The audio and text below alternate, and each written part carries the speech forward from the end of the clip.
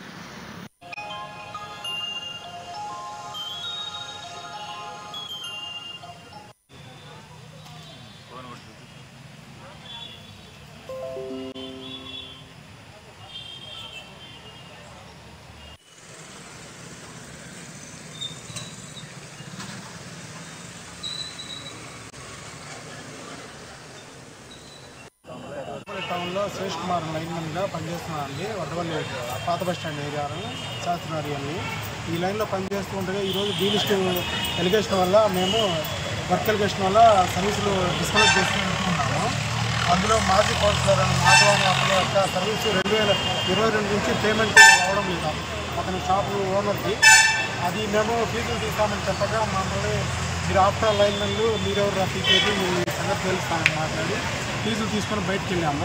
ఈ లోపల మా ఏఈ గారికి ఫోన్ చేసి మాట్లాడి ఇలాగా మీరు స్టాఫ్ తీశారు పెట్టిస్తారా పెట్టిరని అడగడం వల్ల మా ఏఈ గారు మళ్ళీ మాకు ఫోన్ చేసి పెట్టిరండి అబ్బాయి పెద్ద విషయం చేసుకోకండి ఆయన కౌన్సిలర్ అంట అలాగా మాట్లాడే పరిస్థితి తెచ్చుకోకండి అంటే పెట్టడానికి రిటర్న్ వచ్చాము. రిటర్న్ వచ్చేసరికి నేను కౌన్సిలర్ని నా సంగతి తెలుసు కదా మీకు ఎక్కడ కనపడితే అక్కడ అంటాను నేను బిల్లు కట్టాల్సిన అవసరం మీకు నియోగులు అడగడానికి అది నోటికి వచ్చినట్టు మాట్లాడి మా యొక్క స్టాఫ్ని మా డిపార్ట్మెంట్ని కూడా నోటికి వచ్చినట్టు మాట్లాడాడు. నాతో పాటు సహచర ఉద్యోగులు కూడా చెప్పాడు. నన్ను కొట్టడం జరిగింది. తర్వాత